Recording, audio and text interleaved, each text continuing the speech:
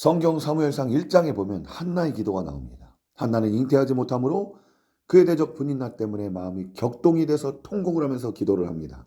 자, 한나는 다른 방법을 찾지 않았습니다. 오로지 자신의 문제를 갖고 주님께 나와서 간절하게 그리고 끈질기게 기도하기 시작합니다. 한나가 이렇게 오랫동안 기도하다 보니까 음성은 들리지 않고 입술만 움직이고 있으니까 엘리 제사장이 한나를 보면서 술에 취한 줄 안 겁니다. 그러니까 이렇게 이야기합니다. 네가 언제까지 술에 취하겠느냐? 포도주 좀 끊어라. 그러니까 술 좀 그만 마시라고 말을 한 겁니다. 그러자 한나가 대답합니다. 나의 주여 그렇지 아니하니다. 나는 마음이 슬픈 여자라. 포도주나 독주를 마신 것이 아니요 여호와 앞에 나의 심정을 통한 것뿐이오니. 자, 여기에서 심정을 통하다 할 때 이 통하다를 원어로 보면 따르다, 쏟다, 붓다 이런 뜻을 갖고 있습니다. 한나가 자신의 원통한 사정을 주님 앞에 쏟아놨고 그러니까 주님도 자신의 심정을 한나에게 쏟은 겁니다.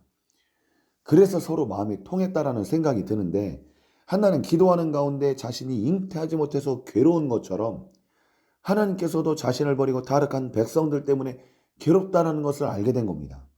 이제 그들에게 필요한 것은 사사기에 등장했던 그런 전쟁에 능한 용사가 아니라 자신의 말을 대언할 선지자를 보내시기를 주님이 원하고 계신다라는 것을 한나가 알게 된 겁니다. 그래서 이런 선지자를 통해서 이스라엘 백성들의 마음을 주님께로 돌리고 영적 각성과 부흥이 일어나는 것, 그래야 이스라엘이 회복될 수 있다는 것을 그 주님의 마음이 부어지니까 한나는 이런 사실들을 단번에 깨닫게 됩니다. 그러니까 한나가 어떻게든 아들을 얻고자 하는 마음으로 마지못해 서원을 한 게 아니라는 겁니다. 이스라엘의 하나님의 말씀을 전해줄 선지자가 필요하다는 그 주님의 감동이 한나의 마음을 강하게 사로잡은 겁니다. 그리고 한나는 그 주님의 심정으로 마음이 뜨거워지기 시작했습니다. 그래서 아들을 주시면 일정 기간 서원한 게 아닙니다. 평생에 하나님께 나실 인으로 바칠 것을 한나가 서원을 합니다. 한나는 자신이 잉태하지 못하는 것이 하나님의 뜻이었음을 알게 됩니다.